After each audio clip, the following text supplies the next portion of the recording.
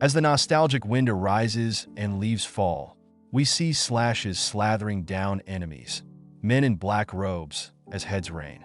We observe a beautiful man with silver hair, as he is the descendant of God himself, wielding his mighty sword, slashing through enemies as blood sparkles everywhere. This is B.K. Mugen of the Nova martial soul. We observe him shouting toward somewhere. So, you finally revealed yourself. As we observe the heavenly demon Azura looking towards him with his menacing eyes. This is the grand stature of the heavenly demon Azura. His mere gaze is enough to strike fear throughout the souls of normal cultivators and martial artists. Even though he is standing alone, he still has an overwhelming presence.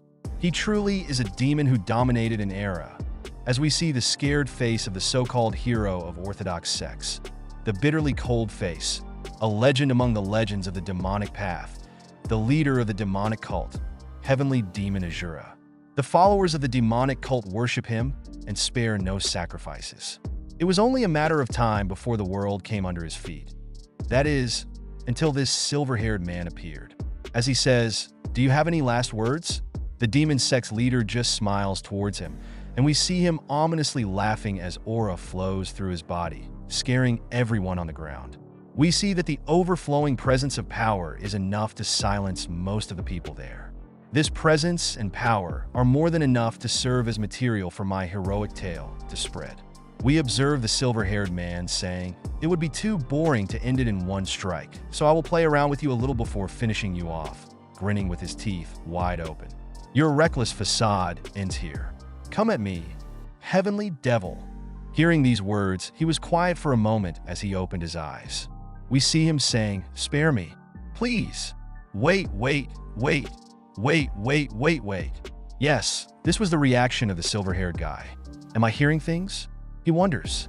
My opponent is the supreme ruler of the demonic path, the heavenly demon Azura. There is no way he would disgrace himself by shamelessly begging for his life. Maybe I wasn't desperate enough, we see him saying. Could you really just spare me this one time? We see that these words were said to him through a telepathic voice. The demon leader wants to live a life quietly, as if he was dead. I will retreat deep into the mountains and never show myself in the Jianghu again, so please. We see the man freaking out, saying, "This can't be my plan to become a hero through this battle. There is no point in defeating a demon cult leader who is trembling like that." We see the demon leader saying to him, "Please, for the sake of my dignity." We see the man had enough. If your dignity can come from something like this, then just die right now. As we see him lunging towards the man with full force, the demon Azura did ask him to reconsider, but it looked like the man had already made up his mind, saying, "What a waste of my martial skills."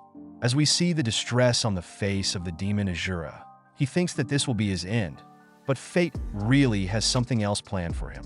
Just one strike, and the battle was over in a single hit. The silver-haired man, who was full of confidence and certain of his victory, died young after just one strike. Well, it has been 22 years since that incident. We observed the demon cult's mesmerizing pavilions. Why didn't that guy use his strongest divine skill back then? We see the demon Azura still thinking about it, even though it has been 22 years. Well, thanks to that, I was able to secure my position and even raise the next generation, so I suppose it does not matter much.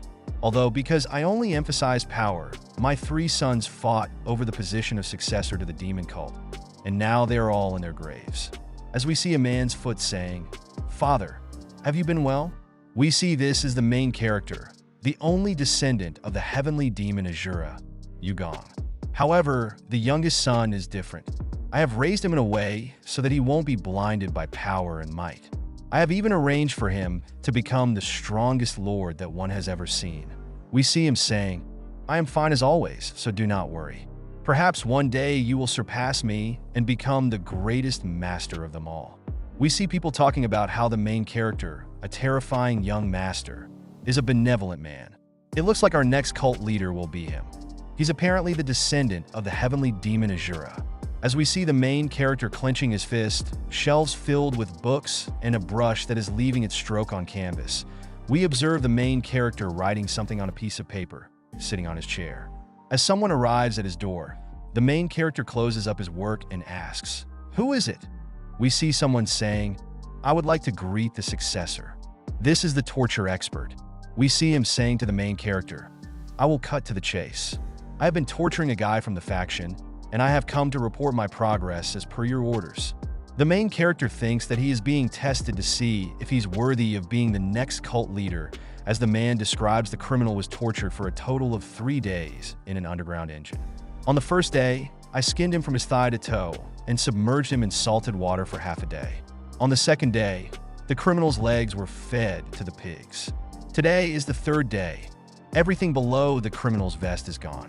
I'm the only one in the demonic cult who can torture someone like that. Is the successor satisfied?"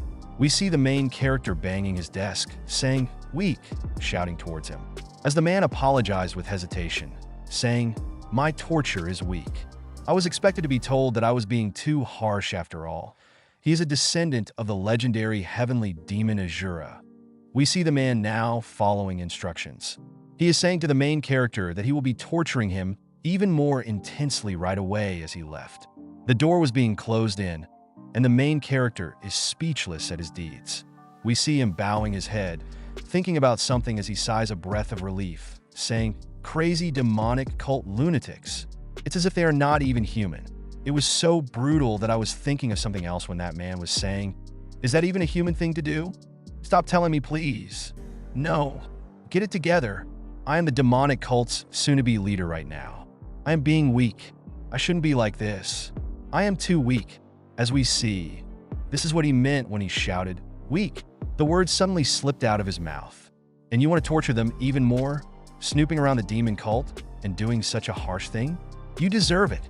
As we see the people in the main character's hand on which is written, "I am not worthy of the demonic cult." I couldn't see it today either. I am not a demonic cult leader or anything, as the main character's dream has always been to be peaceful. I just want to live a normal life. We see him as he holds his own head, but everyone around him is making him something else. As we observe how when a girl asked him, "Where have you been, my lord?" the main character just nonchalantly said, "I picked up some rubbish from the side of the road, and now I am on my way to dispose of it." Everyone else thought about how I see the main character has captured the trashy faction lunatics on the side of the road. The place where they dispose of the faction's members is the underground dungeon. My lord, he has to become the successor, the next successor. No, I was really just throwing out trash, the main character thinks to himself. It's impossible to live a normal life in a demonic cult like this. I'll have to talk to my father and get out of here before I take over as cult leader. As we see someone slamming the door open, saying, "Successor." You see the main character thinking, "What is it? You scared me." This is one of the demon cult's warlords. He has a habit of always smiling. We see him announcing that the Lord card is in critical condition. The main character couldn't fathom this situation. The cult leader is in critical condition. We see the transition of how the main character has suddenly donned white clothes as he holds his father's picture, with his father's corpse behind him. As people gather, they see the main character's dead eyes, reflecting, "How did I end up like this?" We observe a few minutes ago when the main character barged into his father's room. We see him asking, "What is the meaning of this?" as he runs toward his father. The old man says that the internal injuries he sustained from the battle at Mount Bong have worsened, making it too difficult for him to endure any longer. As he stands at death's door, his father says, "You have come." The main character advises him not to speak. He seems to be struggling even to communicate. His hands tremble as he approaches the main character. He says, "My son, listen closely. From now on, you will be the leader of the demonic cult." These were the last words of his father, and as his hand drops, death arrives that we see the door open. So it has come to this. Finally observing the main character in full distress, saying, "I can't avoid becoming the cult leader. But there is someone unfamiliar present in my quarters." As we see a figure behind the main character, he asks, "Who are you?" The figure moves toward him, saying, "Please forgive me for the rudeness that I have caused before." Before the main character can say anything, we see the figure getting behind him. The main character's pressure points have been activated. "When did you?" He tries to speak, but we see that the man has the main character in his firm grip. He says, "Then I shall take you with me." As the man jumps, the whole roof comes off, breaking into many pieces. The man is flying in the air. The main character thinks to himself, I cannot move because my pressure points are blocked. Damn it, I need to call for help quickly. There he is. Stay right there. We see two people from the demonic cult arriving, the Red Ghost Sword and the Soul Pursuit Sword. They should be able to eliminate this intruder. As we see the main character instructing them to chase him, we learn that these two people are not here to save him, but to kill him. The main character's eyes darken upon hearing this. There is a reward on his head. The one who succeeds will get it all. As we see everyone trying to kill the main character, hundreds attack him simultaneously. But the man with the main character says, "I will get you out of here, cult leader," as we see him slicing and dicing literally humans. Body parts fly everywhere, and blood spills throughout the atmosphere. The main character wonders, how did he get them so easily? How did they get dispatched so easily? As more and more people try to attack the main character, the man just changes his grip on the sword and impales it through an attacker. It looks like he is not giving anyone a chance. Anyone who approaches the main character won't even be left with their body intact. We see him jumping in the moonlight, and we observe the red-headed guy saying, "What are you all doing? Are you going to let the young brat escape just like that?" We see the warlord gun, making them all hold their positions. The man explains, "If we don't pursue him immediately, there will be consequences later. We can still catch him." The other guy says, as we see the warlord responding, "We can kill the main character anytime, but if we kill him, the cult will face a great disaster." The heavenly demon Azura has already made such arrangements. We learn that the man's name is Punction, the one who saved the main character. I have already taken measures to ensure that the brat can't escape. The remaining people should dispose of the bodies and gather the elders. We will now commence the ceremony for the 16th cult leader. As we see the grin of this man who betrayed the main character, someone jumps from the branches as the wind blows. The main character, uncomfortably stuck with him, says, "A whole day has already passed. Who are you? And what are you doing to me?" The man calmly replies, "We are almost at sea and John." As they land on the ground, we see the man releasing the main character's pressure points. The main character finally sighs in relief as he is finally free. The man who took down hundreds of attackers in one blow now kneels and greets the main character as his loyal servant. He introduces himself, saying, "My whole existence was created solely to serve you." The main character thinks, "Was he raised by my father?" He then asks, "I have just one question. Is the one leading the current rebellion in the cult the warlord gun?" We see the man agree, saying, "You are absolutely correct," as we observe some of the main character's memories of how the man was once a loyal servant to him, played with him, laughed with him, but now has betrayed him. The main character thinks, "This is perfect. If I want to be the cult leader, I have no choice but to step down from the position and live a peaceful life. But this guy is a problem. I will have to handle him carefully and send him on his way." The main character says, "You have pledged your loyalty to the wrong person. The current cult leader is the warlord, so you must leave." The man's face trembles with anger as he says, "The only people I follow are the heavenly demon Azura and you, my lord. Please take my life." The main character responds, "Look at those eyes. I'm not getting hit, am I? Hey, you call me cult leader, yet you disobey my orders. Are you mocking me? I said leave."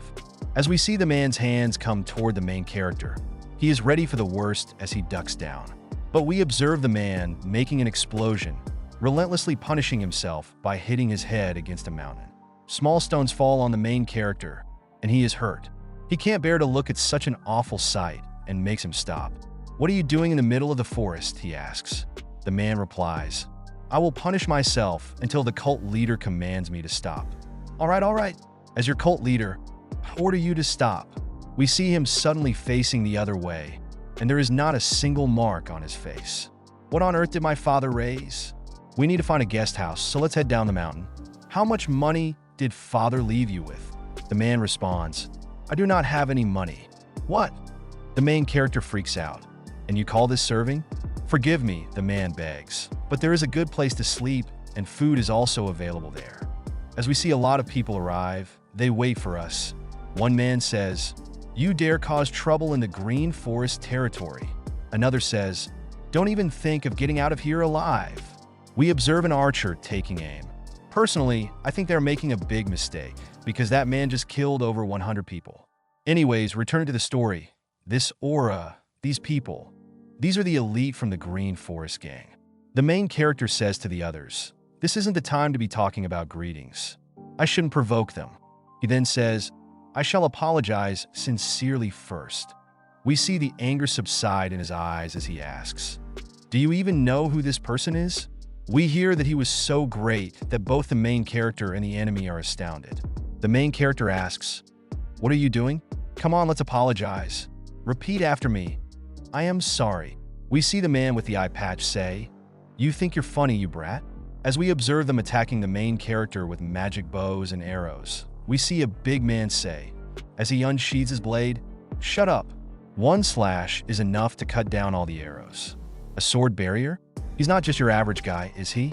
Retreat for now.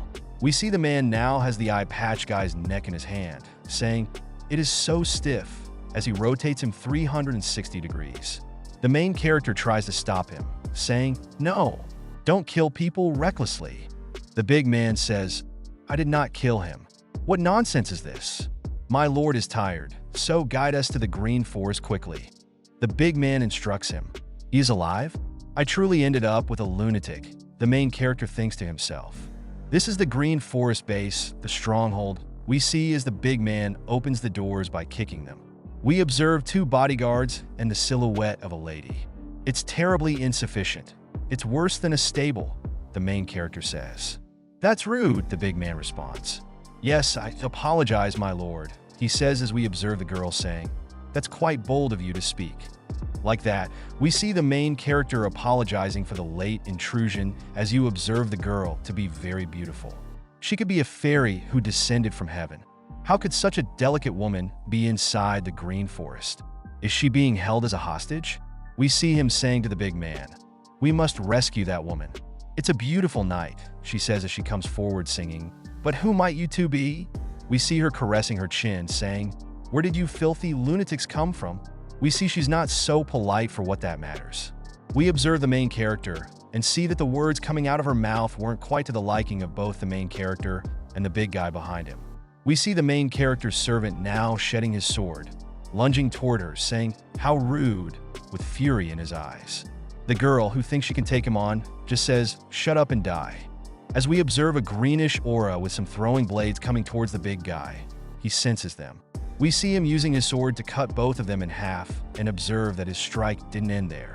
We see him jumping and lunging toward the girl as fury strikes his eyes. We observe the other blade was also crushed into pieces as he moved his sword in an elegant way, throwing her own blade back at her with greater speed. She ducks just by an inch and is thrown off balance on the ground. We see the force was enough to cause an explosion that broke a wall apart. We see her filthy mouth once again starting to curse him as he holds her head, saying, "That's enough." "Oh, is that so?" she says while trembling. We see that the main character has been surrounded by her men, saying, "Take your hands off the leader or this kid's head will be separated." We see them put a knife to his neck. They do not realize that he is the son of the demon Azura. We see the big guy shouting, "My lord, do you understand the situation now, you lowly bug?" We see the woman laughing. Or, "Do you want to see the brains of this young one?" We see the main character now angry, hearing their laughter. We see him unsheathing his own weapons. We see him using some threads and a few dagger-like knives, which in an instant killed the people in front of him. As the main character makes a move for it, we see all of them surprised at what has happened. The main character left them in a speechless manner as he jumps toward the big guy, stopping himself, saying, "Nothing special." As we see that this is the art of the main character, we see the big guy saying, "As expected from my lord, such a magnificent hidden spirit flash." We see the main character is just pissed, saying, "Didn't I tell you to apologize from the start? Why didn't you listen?" "I was just following your orders, my lord. I won't stop banging my head on the ground in regret." "Stop it. You two are more troublesome than the bandits," we see the woman saying. "I never back down anywhere, but you are truly impressive." We see both of them looking toward the woman as the big man just conjures a fist, and we hear screams throughout the whole forest, ranging from the little shelter. We observe some hot water and the main character soaked in it, sighing a breath of relief. He says, "The martial arts world is an unpredictable place." The woman knows that, saying, "Leader, I never want to see her again." as we see that the big guy beat the crap out of her for insulting the main character. We see him clothed as he moves toward his room, saying, "So much happened in just one night. I just want to rest immediately." But it's surprising that the leader offered her a room. "Please use it comfortably," he says, as we see him opening the door, saying, "I didn't have high expectations since it's a small hideout, but it has everything. Beautiful landscape paintings, a calming aromatic candle that soothes the mind and the body, and above all, a fluffy bed. This is happiness." As we see his hand touching something, he says, "What's this?" We notice that it's the girl with a very distinctive angry face. As the main character observes her, we see him shouting for the big guy, saying, "You called for me?" As we observe that the woman was covered in a blanket and bound by ropes, the main character says, "How could you do such a thing to the leader? Are you not fond of her?" We see the big guy asking, "If my lord wishes, I will get rid of her. I did like her until she insulted me." "It's just gibberish," we see her saying. "Well, you have a decent face. Come here." We see the big man now threatening her as the main character says, "Enough. Release the leader already." After she was released, she's soothing her aching neck, saying, "Sorry about that," as the main character introduces himself and asks for her name. We see her giving her name as Sun Yakran. "Are you a son of a frigging noble?" she asks. We see the main character thinking to himself, "Oh, she really doesn't get tired of swearing, does she? I am tired. Let's just sleep." We see her taking her dress off, saying, "All right, talking is indeed a waste of time." We see the main character embarrassed as he says, "Let's just sleep separately. I am tired already." We see her saying, "What? You have a decent face. But seeing your hesitation, are you impotent?" We see the face of the main character now filled with anger as he reacts to the word she just said. We see her smiling, saying, "He fell for my provocation," as the main character comes behind her, thinking, "I will take this opportunity to kill him horribly while he is not on guard." The main character just overshadows her, holding her with a grip as she wonders what is happening. We see him suplexing her toward the ground as he says, "How dare you call me that? Get out of my room now." As we see he throws her off the tower, the big man says, "As expected of my lord." We observe a mesmerizing waterfall under which the main character is standing. He couldn't even sleep because of that crazy woman. Are there only weird people in the martial arts world, he wonders. The most dangerous one among them is his own servant, Banshin. He's effortlessly deflected every attack and even killed hundreds of people. We see the main character distressed as he uses his skill to fish. We observe his attention was distracted by something as he says, "If I stay in this martial arts world with just this skill, I will surely meet a gruesome end." We see him thinking that his own servant can kill him anytime he likes, and the demonic cult is trying to eliminate him.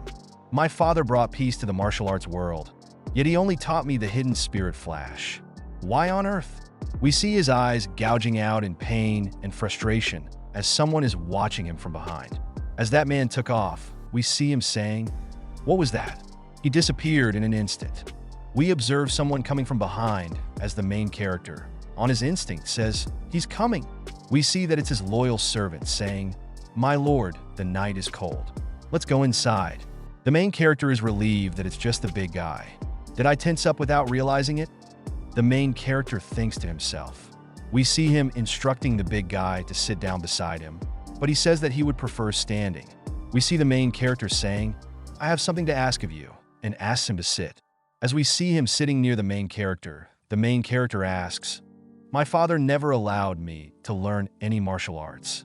Among all the martial arts, he only permitted me to learn the hidden spirit flash, yet he appointed me as the demon cult leader. How should I understand this conviction?" He asks, "What was my father thinking about?" "My lord, hidden spirit flash is not a weak martial art, and you possess profound internal energy," the big man says.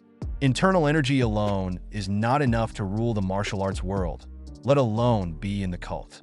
"Why did my father only allow me to learn hidden flash?" he asks.